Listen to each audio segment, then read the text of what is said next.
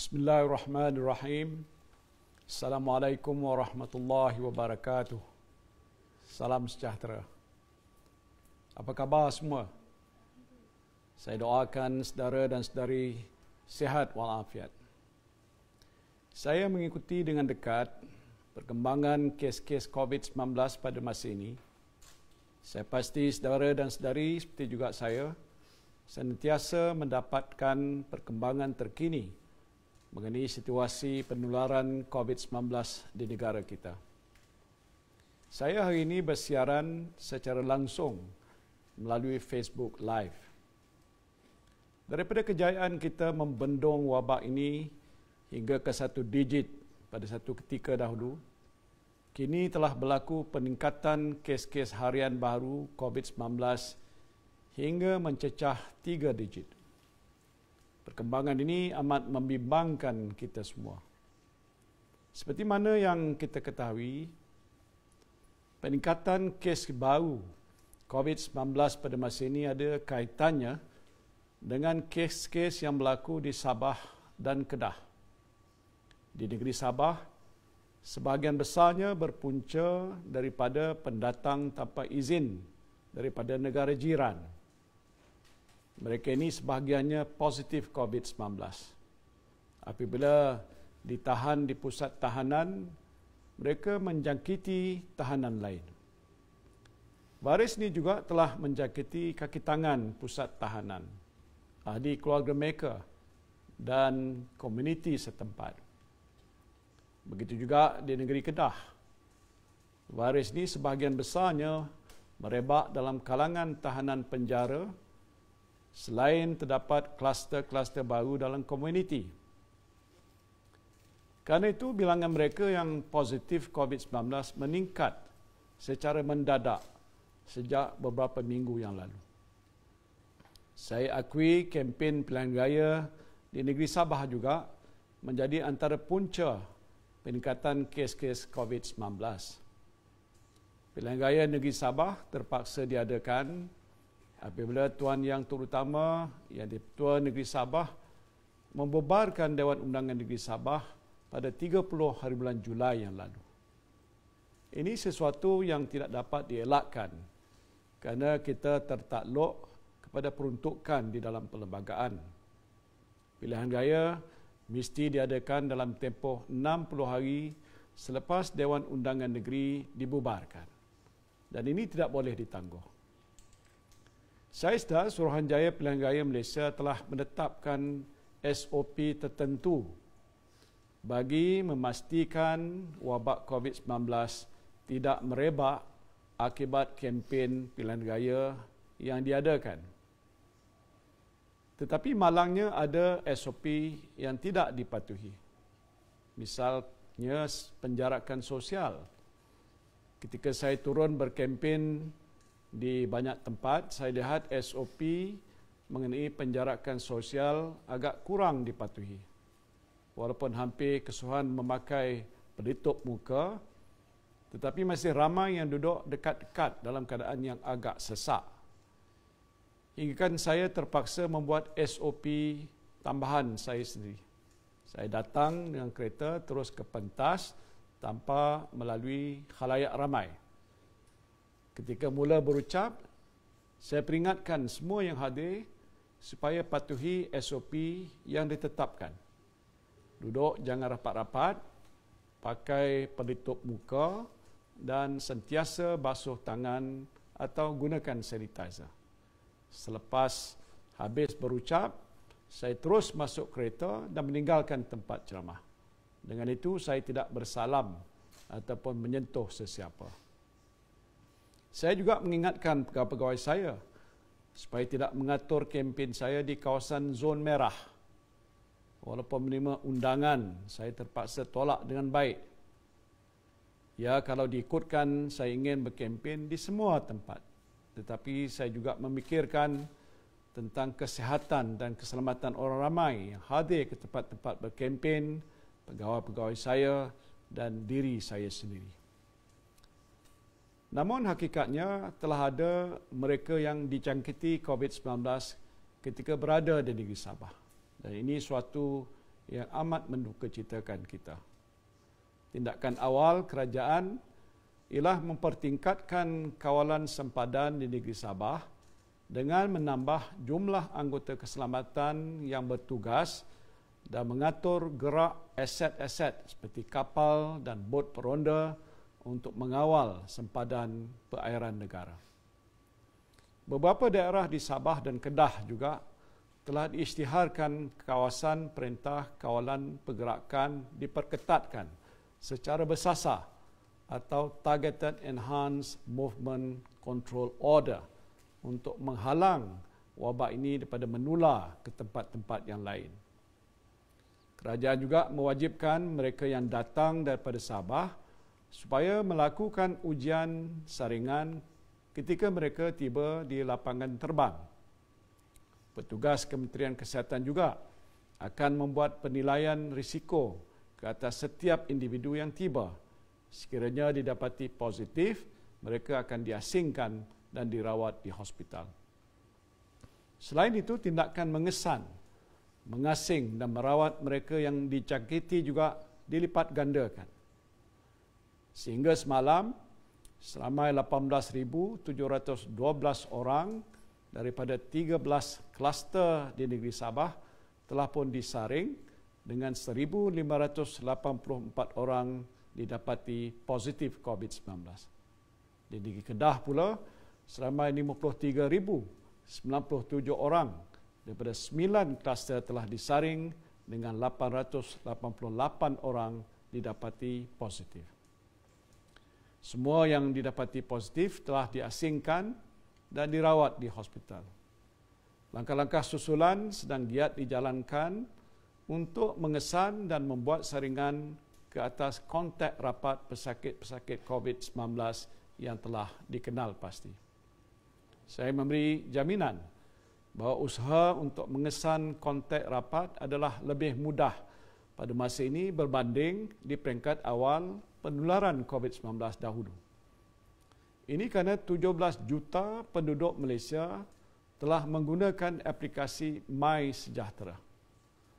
Dan jika dikira jumlah pengguna aplikasi ini beserta tanggungan atau pasangan mereka, ratusan rakyat yang menggunakan aplikasi MySejahtera dianggarkan telah melebihi 60%. Ini adalah satu perkembangan yang positif dalam usaha kita untuk menghadapi pandemik ini.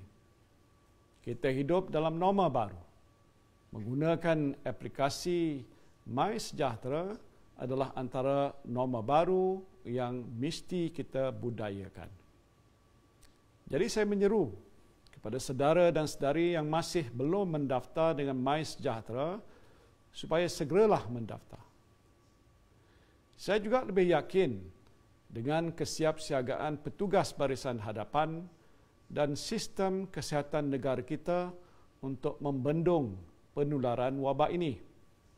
Saya diberitahu oleh Ketua Pengarah Kesihatan Tan Sri Dr. Nur Hisham bahawa kita mempunyai ventilator, PPE, peralatan dan ubat-ubatan yang mencukupi. Jumlah katil di hospital-hospital yang dikhususkan untuk merawat pesakit COVID-19 juga mencukupi dengan kapasiti penggunaan pada masa ini sekitar 29% sahaja. Dan ini bermakna sistem kesihatan di negara kita lebih bersedia pada masa ini untuk menangani penularan wabak COVID-19 di dalam komuniti berbanding pada masa lalu. We are now better prepared than before in terms of experience and manpower.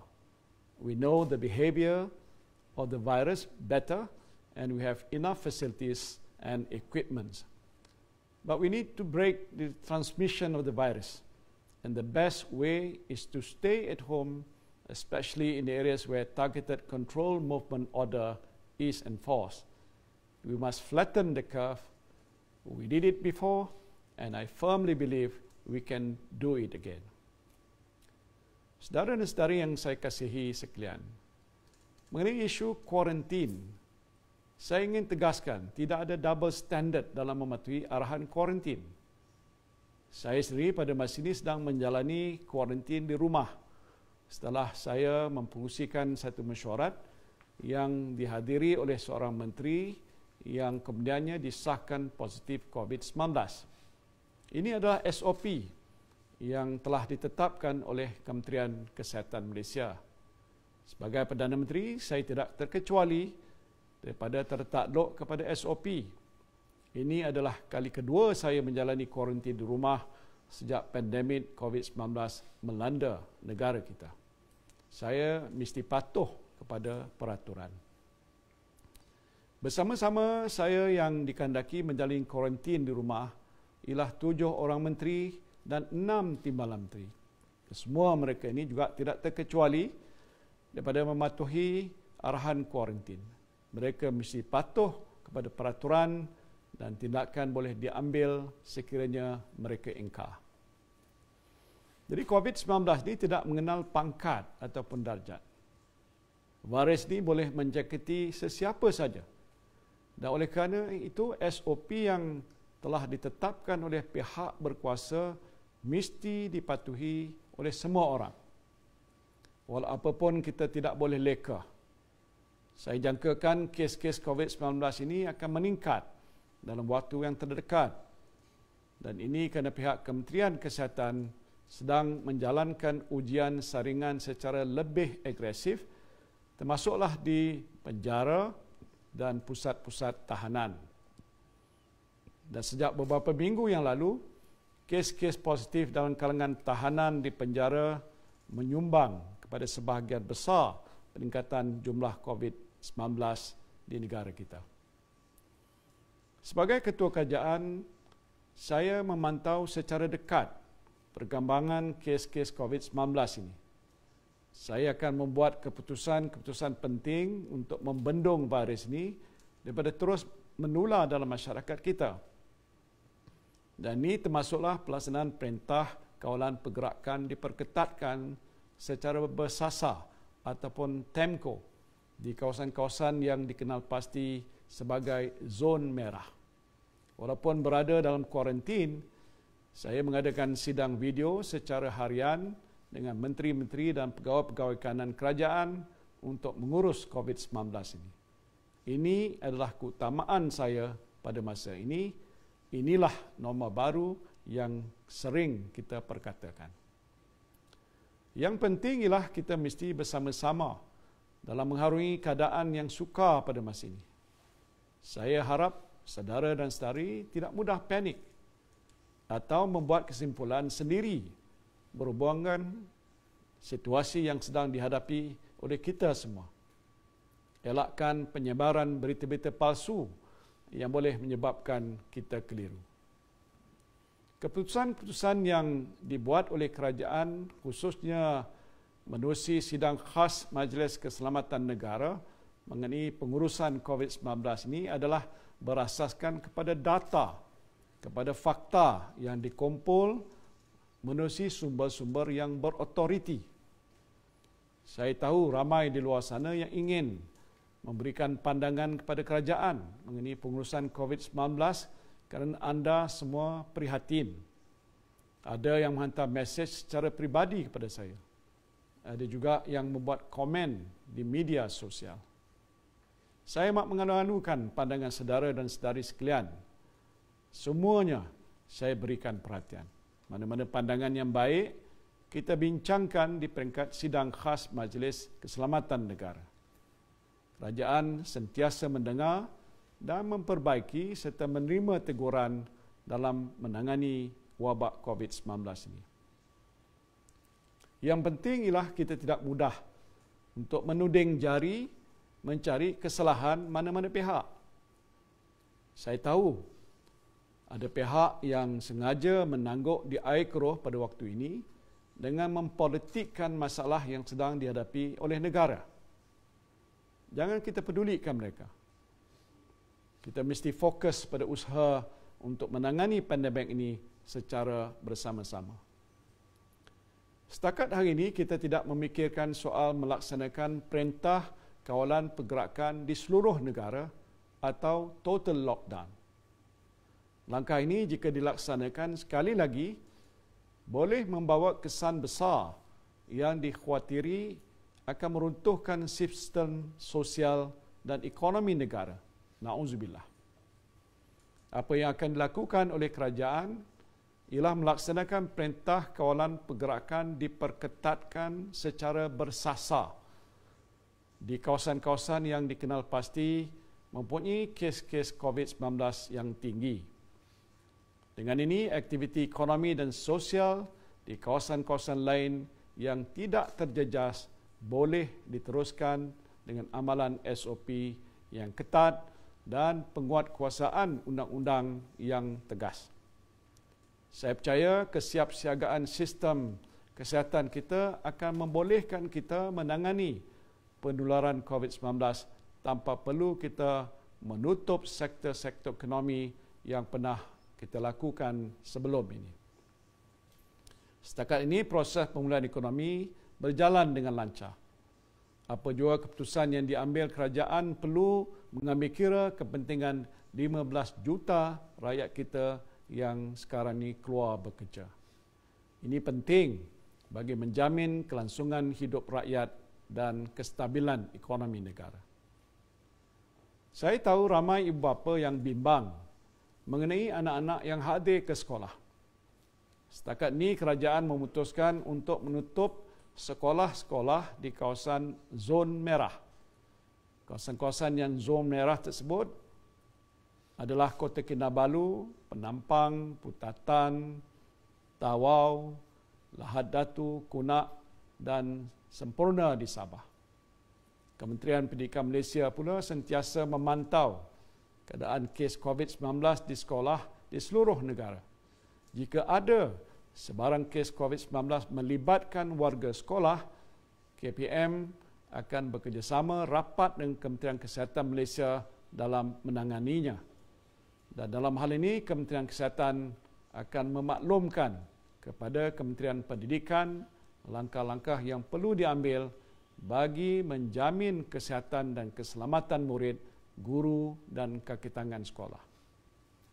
Jika perlu, keputusan mengenai penutupan sekolah di seluruh negara akan dibuat di peringkat sidang khas Majlis Keselamatan Negara mengenai pengurusan COVID-19 setelah menerima nasihat daripada Kementerian Kesihatan Malaysia. Sekiranya terdapat keperluan untuk menyekat pergerakan rentas negeri, sidang khas Majlis Keselamatan Negara akan berbincang dan juga membuat keputusan mengenainya. Saya memberi jaminan notis yang mencukupi akan diberikan kepada orang ramai sebelum sebarang keputusan dilaksanakan supaya tidak ada siapa yang terkandas. Saya diberitahu mesyuarat MKN yang dipengusikan oleh Datuk Seri Ismail Sabri, Menteri Kanan Pertahanan pagi tadi, telah membuat keputusan untuk menyekat pergerakan antara negeri Sabah dengan Semenanjung, Sarawak dan Labuan yang akan berkuat kuasa mulai hari esok.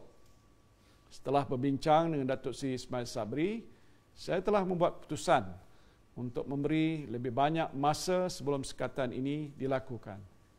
Keputusan ini saya buat bagi mengelakkan ramai penumpang yang bakal terkandas akibat kesuntukan masa membuat perubahan kepada jadual perjalanan mereka.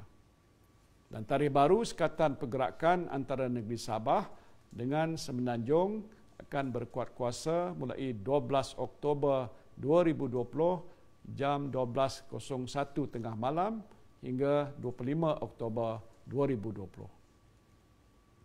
Kerajaan juga sedang meneliti cadangan untuk menghadkan majlis dan perhimpunan orang ramai bagi mengurangkan kebarangkalian jangkitan wabak COVID-19 ini.